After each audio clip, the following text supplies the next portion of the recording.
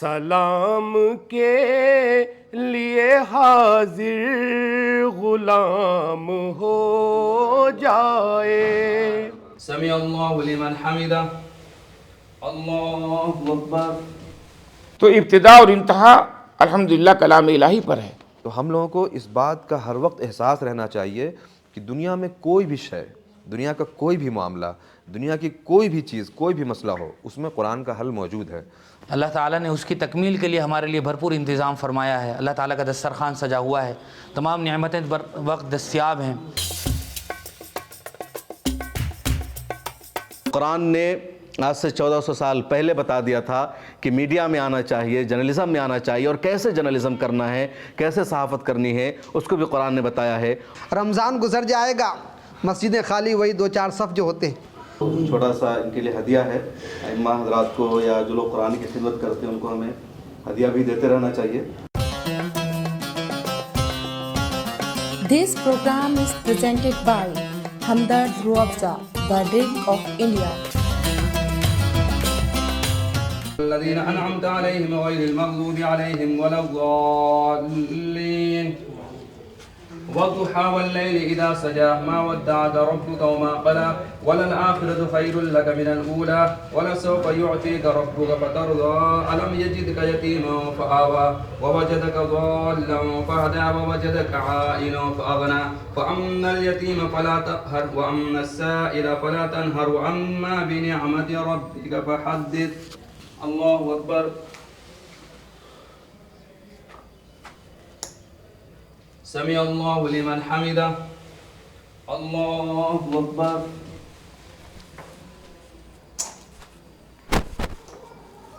الله أكبر. الله أكبر. الله أكبر. الحمد لله رب العالمين الرحمن الرحيم مالك يوم الدين إياك نعبد وإياك نستعين اهدنا الصراط المستقيم صراط الذين أنعمت عليهم غير المغضوب عليهم ولا الضالين. ألم نشرح لك صدرك ووضعنا عنك وزرك الذي أنقض ظهرك ورفعنا لك ذكرك فإن مع العسر يسرا إن مع العسر يسرا فإذا فرغت فانصب وإلى ربك فارغب. الله أكبر.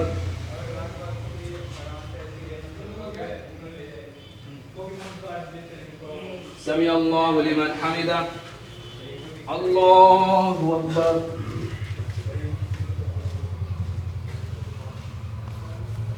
الله أكبر. الله أكبر.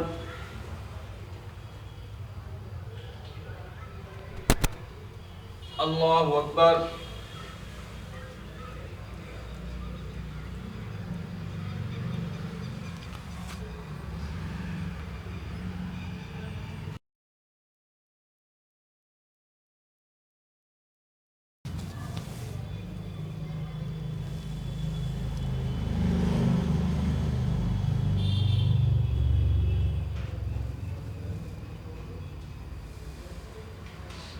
السلام علیکم ورحمۃ اللہ. السلام علیکم ورحمۃ اللہ. اب سب لوگوں کو ماہ رمضان کی پرخلوص مبارکباد. اور رمضان کی جو اصل عبادت ہے وہ روزہ ہے، اس کے بعد تراویح ہے. روزہ فرض ہے، کتب علیکم الصیام، پوری امت مسلمہ پر روزہ فرض ہے. اور الحمدللہ میرے خیال میں مسلمان دنیا کی واحد قوم ہے جہاں سب سے زیادہ روزہ رکھنے کا اہتمام کیا جاتا ہے. دوسری قوموں پر بھی روزہ فرض ہے، ان کا اپنا الگ الگ طریقہ ہے. اس کے بعد رمضان کی جو دوسری عبادت ہے جس سے رمضان کی رونق میں، رمضان کی برکت میں، عظمت میں اضافہ ہوتا ہے، رمضان کی رونقیں دوبالا ہو جاتی ہے، وہ ہے تراویح. اور تراویح دو چیز ہے، ایک پورے مہینہ تراویح پڑھنا، 20 رکعت یا 8 رکعت جو بھی، بہرحال تراویح پڑھنا ہے. اور دوسرا ہے تراویح میں قرآن کریم کو سننا. تو ملت ٹائمز میں ہم لوگوں نے اس سال تراویح کا اہتمام کیا. ہمارے کہاں گئے حافظ صاحب، حافظ شمیم صاحب نے تراویح ادا کی. اچھی بات یہ ہے کہ جو ہمارے حافظ صاحب رہے وہ ہمارے صحافی برادری سے ہی تھے. مطلب صحافی جو ہوتا ہے وہ صرف صحافی نہیں ہوتا، بہت ساری خوبیوں کا حامل ہوتا ہے. تو ایسے صحافی ہیں جو حافظ قرآن بھی ہے، انہوں نے تراویح پڑھائی ہے. تو اب ہم لوگ 20-25 منٹ کے یہاں پر ایک سیشن رکھیں گے جس میں ہم لوگ قرآن کی عظمت، فضیلت اور روزہ رمضان کے حوالے سے بات چیت کریں گے۔ تو ایک نئی تقریب ہم شروع کر رہے ہیں۔ مولانا فیض الباری صاحب سے گزارش کریں گے کہ چھوٹی سی ایک آیت تلاوت، یا امام صاحب سے گزارش کریں گے کہ امام صاحب آپ تلاوت کر دیجئے۔ اعوذ باللہ من الشیطان الرجیم، بسم اللہ الرحمن الرحیم۔ لا يكلف الله نفسا الا وسعها لها ما كسبت وعليها ما اكتسبت ربنا لا تؤاخذنا ان نسينا او اخطأنا ربنا ولا تحمل علينا إصرا كما حملته على الذين من قبلنا ربنا ولا تحملنا ما لا طاقة لنا به واعف عنا واغفر لنا وارحمنا أنت مولانا فانصرنا على القوم الكافرين صدق اللہ العظیم۔ ہماری مجلسوں کی روایت ہے کہ قرآن کی تلاوت کے بعد نعت شریف ہونی چاہیے، یعنی حضور پاک نعت کا مطلب ہوتا ہے نبی کریم صلی اللہ علیہ وسلم کی قصیدہ خوانی کرنا، ان کی تعریف کرنا، ان کی عظمتوں کا تذکرہ کرنا۔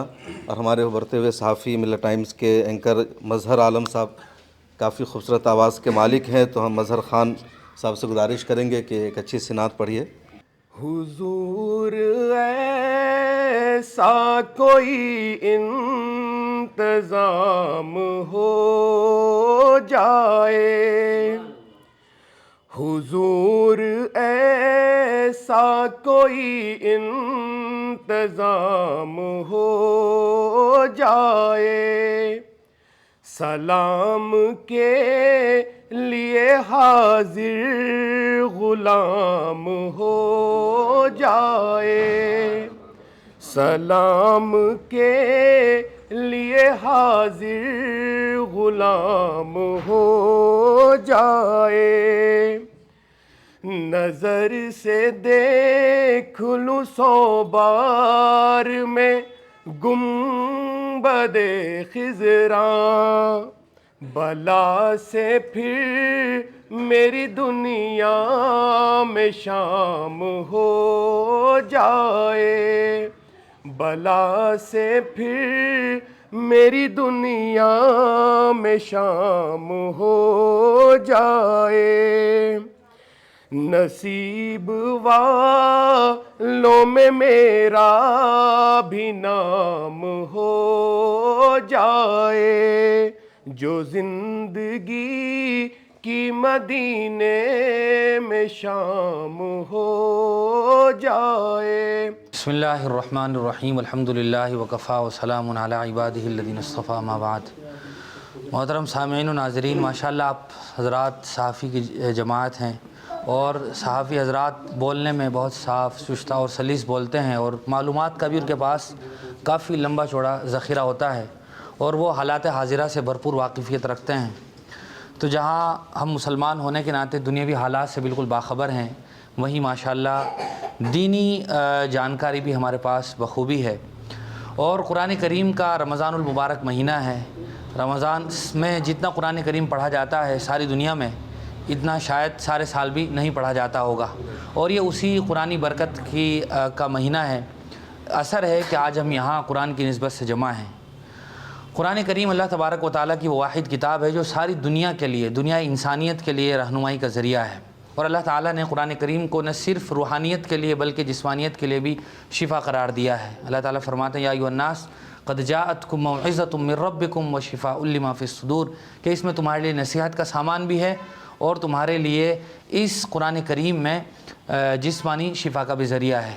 انسان کی 2 بنیادی ضرورتیں ہیں، ایک تو مادی ضرورت ہے، اللہ تعالیٰ نے اس کی تکمیل کے لیے ہمارے لیے بھرپور انتظام فرمایا ہے، اللہ تعالیٰ کا دسترخوان سجا ہوا ہے، تمام نعمتیں بر وقت دستیاب ہیں۔ دوسری انسان کی بہت بڑی ضرورت وہ روحانی ضرورت ہوتی ہے۔ انسان کے پاس بسا اوقات وسائل بھی ہوتے ہیں، اسباب بھی ہوتے ہیں، لیکن دل میں خلا ہوتا ہے جو پر ہونے کا نام نہیں لیتا، ذہنی انتشار ہوتا ہے، مینٹلی آدمی ڈسٹرب ہوتا ہے، تو اس کے لیے آدمی کو اسی روحانیت کا ہی سہارا لینا پڑتا ہے، اور قرآن کریم سے زیادہ بڑھ کر کوئی روحانیت پر مشتمل چیز نہیں ہو سکتی ہے۔ یہ ہم سب کی غلط فہمی ہو سکتی ہے یا غفلت اور کوتاہی ہو سکتی ہے کہ ہم قرآن کریم کے ہمارے پاس ہوتے ہوئے دور ہیں اور صحیح معنی میں قرآن کریم سے لطف اندوز نہیں ہو پا رہے ہیں جیسا کہ ہم سے قرآن کریم تقاضا کرتا ہے۔ قرآن کریم کے یوں تو بہت سارے حقوق ہیں اور بہت سارے مطالبات ہیں، لیکن بنیادی مطالبہ قرآن کریم کا یہ ہے کہ قرآن کریم کو ایسا پڑھا جائے جیسا اس کے پڑھنے کا حق ہے۔ اللہ تعالیٰ نے اسے جیسا نازل فرمایا ہے۔ ہم دیکھتے ہیں کہ قرہ حضرات جب تلاوت کرتے ہیں، ائمہ حرمین شریفین جب تلاوت کرتے ہیں تو تلاوت میں کیسی لذت ہوتی ہے، سننے کو جی چاہتا ہے۔ تو قرآن کریم کے پڑھنے کا ایسا حق ہے، اس کو ایسا ہی پڑھنا جانا چاہیے۔ قرآن کریم کا دوسرا اہم مطالبہ یہ بھی ہے کہ قرآن کریم کی اشاعت میں، اس کی تبلیغ میں ہم دامیں، درمیں، قدمیں، سخونیں جیسا اپنا حصہ ڈال سکتے ہیں ویسا ہمیں اپنا حصہ ڈالنا چاہیے۔ کسی کے پاس وقت ہے وہ وقت استعمال کر لے، کسی کے پاس زبان ہے تو وہ زبان کا سہارا لے لے، کسی کے پاس مال و دولت ہے تو مال و دولت کے ذریعے سے قرآن کریم کی خدمت کر کے اپنے آپ کو جنت کا مستحق بنا لے، اللہ تعالیٰ کے مقبول اور محبوب بندوں میں اپنے آپ کو شامل کرا لے۔ بہرحال قرآن کریم یہ ہم سے تقاضا بھی کرتا ہے، مطالبہ بھی کرتا ہے، اور قرآن کریم ہی کے ذریعے سے دنیا اور آخرت میں ہمارے لیے ترقی اور عروج ممکن ہے۔ حضور اکرم صلی اللہ علیہ وسلم نے بہت قیمتی بات ارشاد فرمائی تھی، ان اللہ یرفع بہذا الکتاب اقواما ویضع بہ آخرین، کہ اللہ تعالیٰ قرآن کی برکت سے ہی قوموں کو عروج بخشتا ہے اور قرآن کی وجہ سے ہی لوگ ذلت و پستی کا شکار ہوتے ہیں۔ صحابہ اکرام کو ہم دیکھیں تو صحابہ اکرام اس وقت اپنی تعداد میں بھی کم تھے اور ان کے پاس دنیاوی لحاظ سے ظاہری اسباب بھی نہیں تھے، نہ سائنس تھی، نہ ٹیکنالوجی تھی، نہ ہتھیار تھے، لیکن ان کے پاس قرآن کریم کا ایسا زندہ اور زبردست معجزہ تھا کہ وہ ساری دنیا پر چھا گئے۔ بہت کم وقت میں انہوں نے وہ ترقی کی کہ آج کے اس اسباب و وسائل سے بھرپور دور میں کوئی آدمی تصور بھی نہیں کر سکتا ہے۔ اللہ تعالیٰ کی مدد اور نصرت آج بھی ہیں، لیکن ہمیں ان اعمال کی ضرورت ہے جن اعمال سے صحابہ اکرام متصف تھے۔ یہ بہت مشہور بات ہے جو ہم سب جانتے ہوں گے کہ اللہ تعالیٰ کی مدد اور نصرت وہ اشخاص کے ساتھ خاص نہیں ہوتی ہے، شخصیتوں کے ساتھ خاص نہیں ہوتی ہیں، بلکہ اللہ تعالیٰ کی مدد اور نصرت اعمال کے ساتھ باقی ہوتی ہیں۔ صحابہ اکرام نے اپنے آپ کو اعمال سے چمٹایا تھا، قرآنی زندگی کو، قرآنی احکام کو اپنی زندگی بنایا تھا، رسول اللہ کا صحیح معنی میں وہ غلام بنے تھے، تو اللہ تعالیٰ نے ان کو مقام اور مرتبہ بخشا کہ آج بلکہ رہتی دنیا تک کے لیے اللہ تعالیٰ نے ان کو نمونہ اور اسوہ بنا دیا ہے۔ علامہ اقبال فرمایا کرتے تھے، فضائے بدر پیدا کر فرشتے تیری نصرت کو اتر سکتے ہیں گردوں سے قطار اندر قطار۔ اب بھی آج بھی ہمارے پاس قرآن کریم کا معجزہ ہے، ہم جتنا چاہے اس سے لطف اندوز ہو سکتے ہیں اور فائدہ اٹھا سکتے ہیں۔ اللہ تعالی ہم سب کو زیادہ سے زیادہ عمل کی توفیق نصیب فرمائے۔ وآخر دعوانا الحمدللہ رب العالمین۔ اور ہمارے یہاں موجود ہے جناب فیض الباری صاحب، مشہور صحافی، حق میڈیا کے ڈائریکٹر، تو ان سے گزارش کریں گے کہ آپ قرآن کی عظمت اور فضیلت کے حوالے سے کچھ گفتگو فرما دیں۔ بسم اللہ الرحمن الرحیم، نحمدہ و نصلی علی رسولہ الکریم، اما بعد۔ بھائی سچ بات تو یہ ہے کہ میں اس لائق نہیں ہوں کہ آپ لوگوں کے سامنے کھڑا ہو سکوں، لیکن یہ ہمارے بڑے بھائی کی محبت ہے اور ان کا حکم ہے کہ کچھ باتیں عرض کروں، تو اسی لیے میں اس بات کو ایکسیپٹ کرتے ہوئے کہ میں بالکل بھی اس لائق نہیں ہوں، اور خاص طور سے ایک ایسے بڑے عظیم موضوع پہ گفتگو کرنے کے لیے، قرآن مجید اور اس کی فضیلت پہ، میں بالکل بھی اس کا اہل نہیں ہوں۔ لیکن پھر یہ ہے کہ اللہ کا اپنا وعدہ ہے ان کے بندوں کے لیے۔ بہرحال تو قرآن مجید دنیا کی واحد ایسی کتاب ہے جس میں اللہ رب العزت نے ایک چیلنج رکھا، وَإِن كُنتُمْ فِي رَيْبٍ مِّمَّا نَزَّلْنَا عَلَىٰ عَبْدِنَا فَأْتُوا بِسُورَةٍ مِّن مِّثْلِهِ۔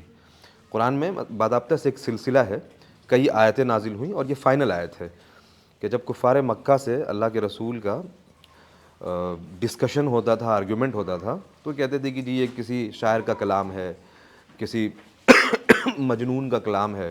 تو اللہ نے کہا کہ اگر تم کو ایسا لگتا ہے، یا کہتے تھے کہ کوئی آدمی ہے جو اللہ کے رسول کو سکھا رہا ہے، تو اللہ نے کہا کہ اگر تم کو ایسا لگتا ہے تو تم ایسی جو ہے ایک سورہ لے کر کے آ جاؤ، ایک سورہ نہیں، ایک آیت لے کر کے آ جاؤ۔ اور پھر اللہ نے چیلنج دیا کہ صبح قیامت تک نہیں لا سکتے تم۔ تو یہ اس قرآن کی سب سے بڑی عظمت ہے۔ اور پرسوں ترسوں کسی غالباً بیلجیم کے کسی ایکٹیوسٹ نے لکھا ہے ٹویٹر کے اوپر کہ قرآن مجید کے کسی بھی ایک آیت کے اوپر کوئی غلطی ثابت کر دے، اس کو شاید $5 ملین انعام دینے کی بات تھی۔ تو الحمدللہ یہ چیلنج آج تک پوری دنیا کے سامنے باقی ہے۔ اب چونکہ ہم لوگ جرنلسٹ ہیں، تو اگر آپ قرآن مجید کو پڑھیں گے اور اس کو سمجھنے کی کوشش کریں گے تو آپ دیکھیں گے کہ اس میں نا ایک سیٹ آف رول ہے، یعنی بہت ساری انسٹرکشن ہم لوگوں کو دیا گیا ہے، ٹھیک ہے۔ ایک تو قرآن مجید کے اندر غالباً سورہ نحل میں ایک آیت ہے، وَنَزَّلْنَا عَلَيْكَ الْكِتَابَ تِبْيَانًا لِكُلِّ شَيْءٍ، تو ہم لوگوں کو اس بات کا ہر وقت احساس رہنا چاہیے کہ دنیا میں کوئی بھی شے، دنیا کا کوئی بھی معاملہ، دنیا کی کوئی بھی چیز، کوئی بھی مسئلہ ہو، اس میں قرآن کا حل موجود ہے، قرآن نے اس کا حل بتایا ہے، یہ ہمیں یقین ہونا چاہیے۔ تو ایز اے جرنلسٹ، یعنی صحافی ہونے کے حیثیت سے، مسلم صحافی ہونے کی حیثیت سے، ہمارے معاشرے کا کوئی بھی پرابلم ہوگا، ہم یہ کوشش کریں گے کہ اس کا قرآنی سولوشن، یعنی اسلام جو سولوشن بتاتا ہے وہ پیش کرنا ہے، اس لیے کہ ہمارا یہ ایمان ہے کہ وَنَزَّلْنَا عَلَيْكَ الْكِتَابَ تِبْيَانًا لِكُلِّ شَيْءٍ، کہ دنیا میں جو بھی چیز ہے اس کا سولوشن اللہ نے قرآن مجید کے اندر دے رکھا ہے۔ اسی طریقے سے چونکہ ہم لوگ جرنلسٹ ہیں تو سورہ حجرات کے اندر ایک آیت ہے، اور آج کل عام طور سے آپ دیکھیں گے، جیسے پرسوں ایک انسیڈنٹ ہوا، رتنا گیری ایک مسجد کا معاملہ تھا، اور ہمارے بھائی پہ بھی ماشاءاللہ وہ مین اسٹریم میں اس پہ ڈسکشن ہوا ہے باضابطہ سے، محمد زبیر اور ان سب کے ٹویٹ کے اوپر بھی بات ہوئی ہے۔ تو وہ معاملہ یہ تھا کہ ایک مسجد ہے اور اس کی جو سیڑھیاں ہیں اس کو وہ لوگ ایک ووڈن ایک وہ اسٹک ہے اس کو ٹچ کرتے ہیں، ایک لکڑی ٹچ کرتے ہیں، وہ ان کی روایت ہے، لیکن اس مرتبہ کچھ زیادہ ہوا اور اس کی وجہ سے انہوں نے مسجد کے اندر تقریباً وہ لکڑی اندر ڈال دی، اور اسی بنیاد پر ان پہ FIR بھی ہوا، لیکن یہ پوری کلیئرٹی نہیں تھی تو لوگوں نے چلا دیا کہ یہ فیک نیوز ہے۔ تو قرآن مجید اس پہ ایک اصول بتاتا ہے کہ اگر تم تک کوئی واقعہ پہنچے فاسق کا، کوئی یعنی جس کے بارے میں تمہیں یقین نہیں ہو یا جس کے بارے میں تم جانتے ہو کہ یہ گناہ کرتا ہے، ٹھیک ہے، تو اگر وہ تم تک کوئی خبر پہنچائے، چاہے وہ خیر کی ہو یا شر کی ہو، یہ تمہاری ذمہ داری ہے کہ تم اس کا فیکٹ چیک کر لو، تم اس کی تحقیق کر لو۔ قرآن یہ اصول بتاتا ہے۔ گویا کہ جرنلسٹ کو، ہم جیسے لوگوں کو یہ یا ایھا الذین آمنوا ان جاءکم فاسق بنبأ فتبینوا ان تصیبوا قوما بجہالۃ فتصبحوا علی ما فعلتم نادمین۔ نادمین، اللہ تعالیٰ کہتا ہے کہ خواہ وہ شر کی بات ہو یا خیر کی بات ہو، اگر تم تحقیق نہیں کرو گے ہو سکتا ہے تم کو نادم ہونا پڑے۔ نادم ہونے کا مطلب یہ ہے کہ جب بعد میں کوئی آ کر کے بتائے گا نہیں جی آپ نے مس لیڈ کر دیا، نہیں جی آپ نے غلط بات کہہ دی، تو آپ کو شرمندہ ہونا پڑے گا۔ تو اللہ تعالیٰ یعنی فلاسفی قرآن کی دیکھے کہ ایکسپلین کر، اللہ بتا رہا ہے کہ ہو سکتا ہے کہ آپ کو نادم ہونا پڑے، ہو سکتا ہے کہ آپ کا 20 سال کا اپنا ایک کریڈیبل ریکارڈ ہے کہ جی انہوں نے کچھ غلط بات پیش نہیں کی، لیکن کسی ایک وجہ سے آپ کی پوری کریڈیبلٹی پہ سوال اٹھ سکتا ہے نا۔ تو یہ اصول ہے۔ اسی سورہ کے اندر، سورہ حجرات کے اندر ایک آیت ہے، غالباً 10ویں آیت ہے، وہ خیر اس آیت کے اندر باضابطہ سے یہ بات ہے کہ آپ کے لیے، مومنوں کے لیے یہ شایان شان نہیں ہے کہ وہ کسی کو برے القاب دے، ہے نا، کسی کا مذاق بنائے۔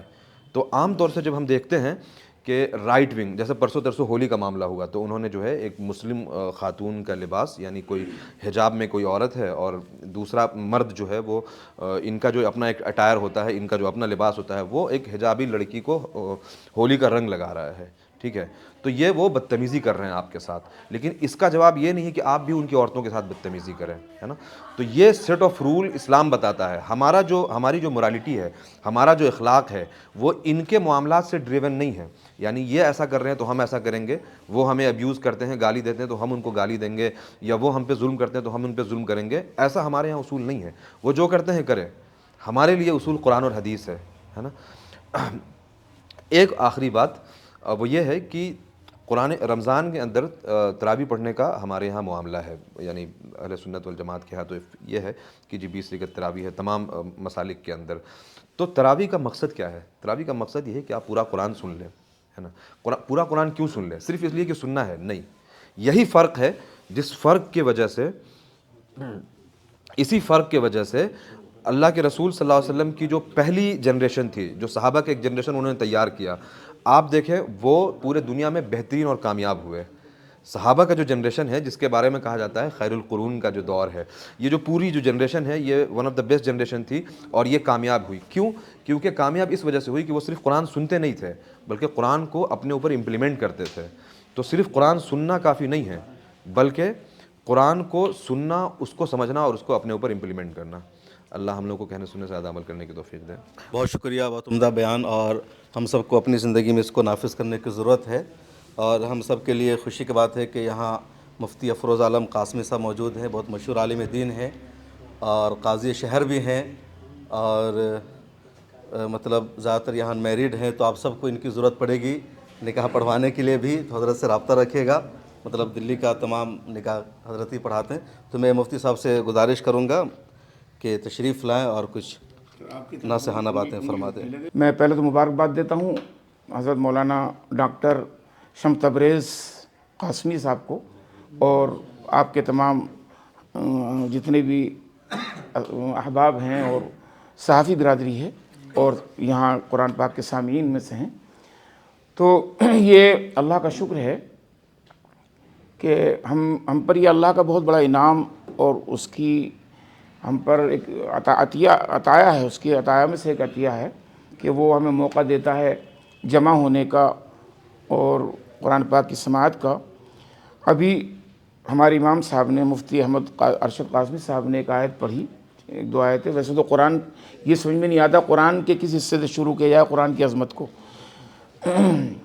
سورہ فاتحہ سے لے کے سورہ ناس تک اور اقرا سے لے کر کے آخر تک اگر آپ کوئی بھی میدان کوئی بھی عنوان قائم کریں تو ہر عنوان کا ایک مخزن ہے، قرآن سر چشمہ ہے، جہاں وہ ہمارے لیے ہدایت نامہ ہے، رشد و ہدایت کا اس میں خزینہ ہے، وہاں ابھی اس آیت کا اگر ہم اس پر بھی غور کر لیں کہ اللہ تعالیٰ انسان کو اس کی وسعت اور تحمل سے زیادہ اس پر کوئی بوجھ نہیں ڈالتا، لا یکلف اللہ نفسا الا وسعہا، ابھی پڑھی آپ نے، تو ہمیں یہ اطمینان حاصل ہوگا کہ اسلام ہمیں کس لوجک پر لاتا ہے اور قرآنی تعلیم ہمیں کہاں کس طرح سے ملتی ہے۔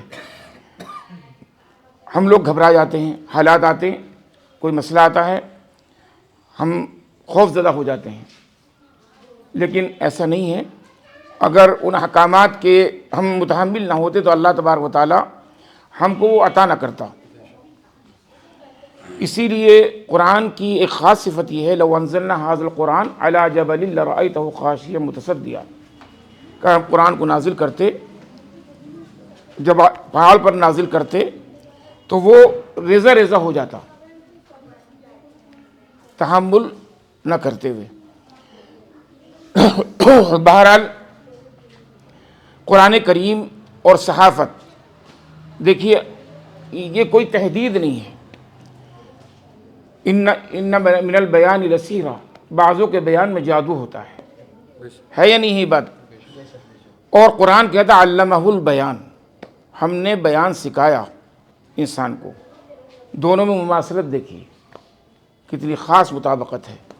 ہم ازداد میں سے سمجھتے ہیں، ضد سمجھتے ہیں کسی بھی علم کو دوسرے، تو میں تو صرف اس بات کو کہنا چاہتا ہوں کہ ہمارے موصوف حضرت جناب ڈاکٹر شمس تبریز صاحب نے یہاں قرآن پاک کا اہتمام کر کے جو ثبوت دیا ہے اور یہاں حجت اتمام حجت کیا ہے، وہ یہ کیا ہے کہ یہ چیز اس رشتے کو ہم برقرار رکھیں۔ یہ ایک نمونہ، ایک ایگزامپل ہے ان لوگوں کے لیے بھی کہ جو اسکول میں کام کر رہے ہیں، جو طب کے میدان میں کام کر رہے ہیں، فن زراعت پہ کام کر رہے ہیں اور ٹیکنالوجی میں دوسری جگہوں پر ان کی خدمات ہیں، کہ وہ قرآن کو اپنے لیے وہ نہ سمجھیں کہ ہمارے مخالف ہے یا یہ علوم سب اس کے منافی ہیں۔ تمام قرآن سے ہی چلے ہیں وہ علوم، اور قرآن پر ہی آگے منتہی بھی ہوتے ہیں، قرآن کریم پر۔ تو ابتدا اور انتہا الحمدللہ کلام الہی پر ہے۔ تو آج کی یہ مجلس بڑی پر رونق بھی ہے اور مبارک بھی ہے اور عظمت سے بھری ہوئی ہے کہ ماشاءاللہ ایک میسیج جا رہا ہے، ایک پیغام جا رہا ہے کہ ہم جہاں مائک لے کر اور کیا نام ہے سوشل میڈیا پر اپنی بات رکھتے ہیں، حق بیانی سے کام لیتے ہیں اور ناحق کو کاؤنٹر کرتے ہیں، باطل باتوں کو، خلاف واقعہ باتوں کو، کذب کو، جھوٹ کو، فریب کو اور فیک نیوز کو ہم اس کا کاؤنٹر کرتے ہیں، تو قرآن اسی کی تو تعریف کرتا ہے، صداقت کی تعریف کرتا ہے۔ خوشخبری ہے کہ آج قرآن پاک کی تکمیل ہو رہی ہے۔ اللہ تعالی ہماری دعاؤں کو قبول کرے اور ہماری شرکت کو قبول کرے۔ نئی شروعاتوں میں وننگ کی فیلنگ، ہر بات میں دل والی فیلنگ۔ 100 سال سے انڈیا ہر فیلنگ کو سیلیبریٹ کرتا آیا ہے روح افزا کے ساتھ۔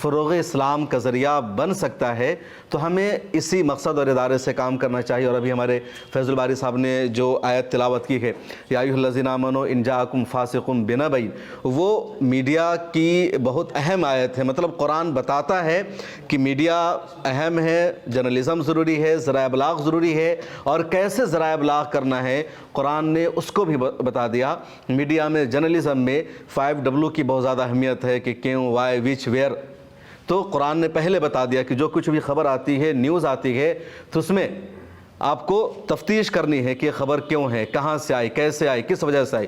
تو یا ایھا الذین آمنوا کی جو آیت ہے وہ اسی کو بتاتا ہے. تو قرآن نے آج سے 1400 سال پہلے بتا دیا تھا کہ میڈیا میں آنا چاہیے، جرنلزم میں آنا چاہیے، اور کیسے جرنلزم کرنا ہے، کیسے صحافت کرنی ہے، اس کو بھی قرآن نے بتایا ہے. اور ہم سب کو اس پر عمل کرنے کی ضرورت ہے. میں اپنی بات کو یہیں پر مکمل کرتا ہوں. ہمارے امام صاحب مولانا شاکر قاسمی صاحب جو ہمارے عمر مسجد کے امام میں تشریف لا چکے ہیں، تو آپ اپنا مختصر بیان کر کے اور اپنی دعا پر اس مجلس کا اختتام کر دیں. السلام علیکم ورحمۃ اللہ وبرکاتہ. نحمدہ و نصلی علی رسولہ الکریم، اما بعد. ماشاء اللہ بڑی خوشی ہوئی آپ حضرات نے قرآن کریم سنا، حافظ صاحب نے سنایا، آپ حضرات نے سنا. اللہ ہم سب کو یہ موقع بار بار نصیب فرمائے، ورنہ ہم میں سے کسی کو کوئی پتہ نہیں ہے کہ آگے ہم کو رمضان ملے گا یا نہیں. رمضان تو اپنے وقت پہ آئے گا، ہر سال آئے گا، لیکن ہم میں سے کس کو موقع ملے گا، کس کو موقع نہیں ملے گا، کس کو نصیب ہوگا، کس کو نصیب نہیں ہوگا. اس لیے دعا کرتے رہیں اللہ تبارک و تعالیٰ جس کو بھی نصیب فرمائے. کوشش کریں کہ ہم زیادہ سے زیادہ عبادت کریں. ہم نے اپنی پورے سال ادھر ادھر کی مشغولیات میں، اپنی کاروبار میں یا اپنی جو بھی کام کرتے ہیں اس میں ہم وقت لگا دیتے ہیں. ہم کو اتنا وقت نہیں ملتا ہے. مشکل سے ہمیں دن بھر میں آدھا پارا، ایک پونے پارا بھی یا 2-4 پیج بھی قرآن کی تلاوت کرنے کی شاید کہ موقع نہیں ملتا ہوگا. لیکن رمضان ایک ایسا مہینہ ہے کہ آتے ہی ہم لوگ ساری مشغولیات کو پیچھے چھوڑ دیتے ہیں. ہم یہ سوچتے ہیں کہ اس مہینے میں تمام مشغولیات کو چھوڑ کر ہمیں اللہ کی عبادت کرنا ہے. ایک ماشاءاللہ آپ صحافت کی جماعت ہیں، آپ لوگ بخوبی جانتے ہیں، آپ کو پتہ ہے. اور اللہ تبارک و تعالیٰ نے قرآن کریم میں ارشاد فرمایا انا نحن نزلنا الذکر و انا لہ لحافظون. قرآن کو ہم نے اتارا ہے اور ہم ہی اس کی حفاظت کریں گے. جب تک ہم قرآن کریم کی تلاوت نہیں کریں گے، قرآن کریم کو نہیں پڑھیں گے، قرآن کریم کو نہیں سمجھیں گے، میرے بزرگ اور دوستو، اللہ کے نبی صلی اللہ علیہ وسلم نے 3 پیشین گوئیاں عطا فرمایا کہ قرآن کے پڑھنے والے بہت ہوں گے لیکن عمل کرنے والے نہ ہوں گے. اسلام کا نام لیوا بہت ہوں گے لیکن اسلام پر عمل کرنے والے نہیں ہوں گے. اور مساجد تعمیر کرنے والے بہت ہوں گے لیکن مساجد جو ہے وہ ہدایت سے خالی ہوگا. لوگ عالی شان مسجد تیار کریں گے لیکن مسجد جو ہے نمازیوں سے خالی ہوگا. رمضان گزر جائے گا، مسجدیں خالی، وہی 2-4 صف جو ہوتے ہیں وہی ہو رہا. تو میرے بھائی اور دوستو، اللہ ہمیں یہ موقع دے بار بار کہ جس طرح ہم نے رمضان میں پابندی کے ساتھ نماز پڑھا، ہم نے عبادت کی، اسی طرح غیر رمضان میں بھی ہم کوشش کریں. اس کا ایک مثال دے کر میں اپنی بات کو ختم کروں گا. حضرت رائے پوری، مولانا عبد القادر رائے پوری کے بارے میں آتا ہے کہ ان کا جو سلسلہ تھا پیری مریدے کا سلسلہ، ماشاءاللہ کافی مریدین ان کے پاس پورے سال ان کا سلسلہ چلتا رہتا تھا. لیکن جب رمضان آتا تھا، یعنی 29 شعبان کو، اپنی تمام مریدین، متوسلین، اپنے بچے، اپنے جتنے بھی ان کے ملنے جلنے والے تھے، سب کو بلا کر کہہ دیتے تھے کہ آج کے بعد میں کسی سے نہیں ملوں گا، اور انشاءاللہ اگر حیات باقی رکھا تو عید کے بعد، رمضان کے بعد پھر ملاقات ہوگی۔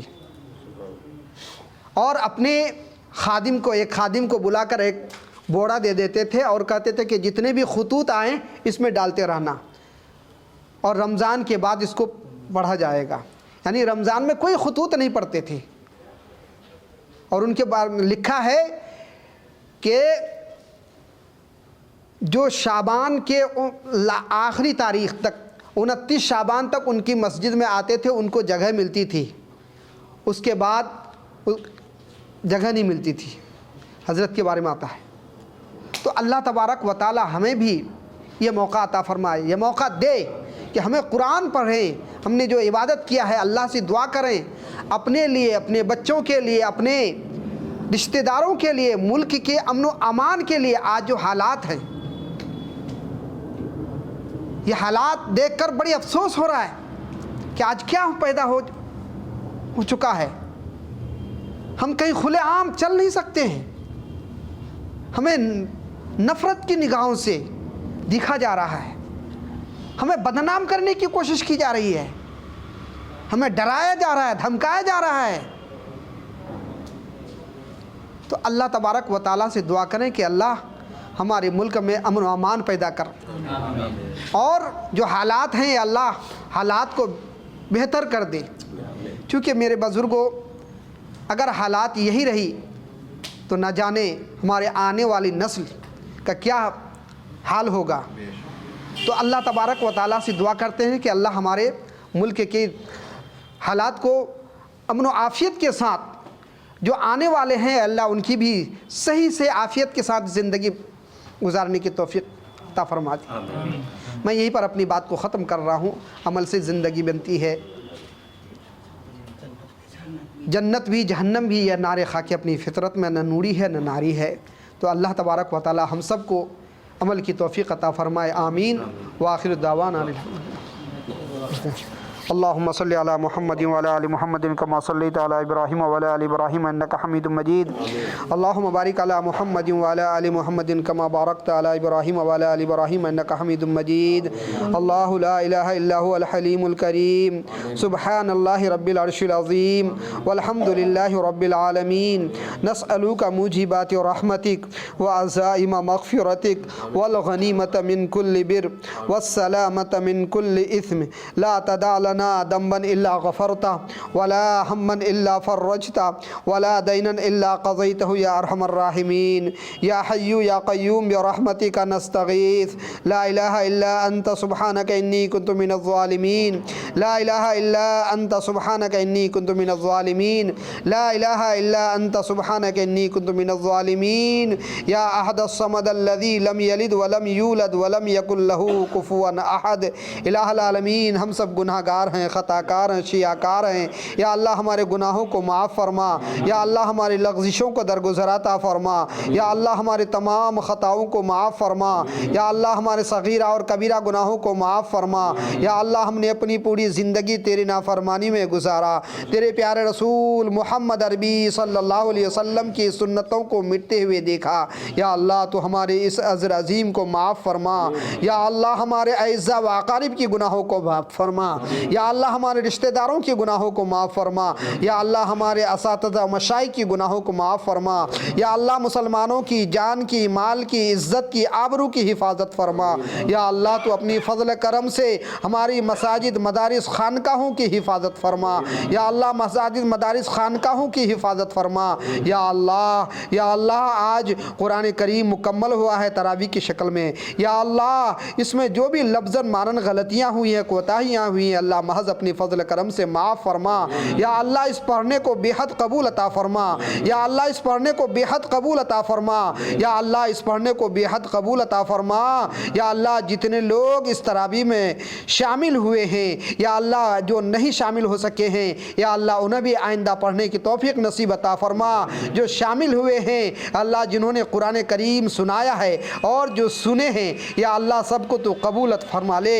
یا اللہ سب کی عبادت کو قبول قبول فرما لے یا اللہ سب کے سننے کو قبول فرما لے یا اللہ سب کی نمازوں کو قبول فرما لے یا اللہ سب کے روزوں کو قبول فرما لے الہ العالمین تو اپنی فضل کرم سے یا اللہ ہماری تمام خطاؤں کو درگزر عطا فرما یا اللہ جو بیمار ہیں اسے شفاء کلی دائمہ عاجلہ مستمر عطا فرما یا اللہ تو اپنی فضل کرم سے جو بیمار ہیں اسے شفاء کلی دائمہ عاجلہ مستمر عطا فرما یا اللہ ہم میں سے جن کے والدین زندہ ہیں یا اللہ ان کا سایہ ہمیں دیر تک نصیب فرما یا اللہ ہمیں اپنے والدین کا سایہ دیر تک نصیب فرما یا اللہ جن کے والدین اس دنیا سے جا چکے ہیں اے اللہ ان کی مغفرت عطا فرما یا اللہ ان کی مغفرت عطا فرما یا اللہ ہمارے روزوں کو قبول عطا فرما یا اللہ ہمارے نمازوں کو قبول عطا فرما یا اللہ ہمارے قرآن پڑھنے کو قبول عطا فرما یا اللہ یہ نوجوان جو بیٹھے ہیں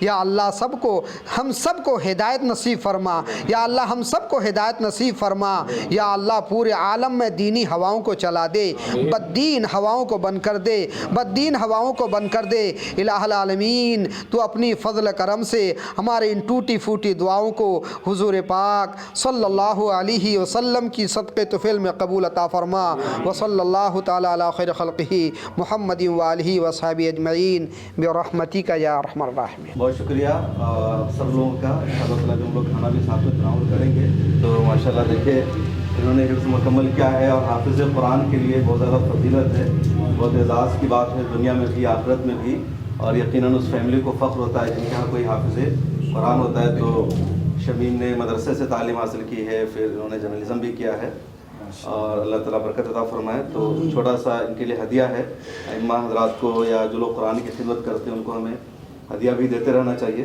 اس زمانے میں بھی تراویح پڑھاتا تھا تو مجھے بھی ملتا تو بہت خوشی ہوتی تھی، تو آج میں اپنی طرف سے دے رہا ہوں اور آپ لوگ بھی اپنی طرف سے دے سکتے ہیں، ثواب ملے گا انشاءاللہ تعالیٰ۔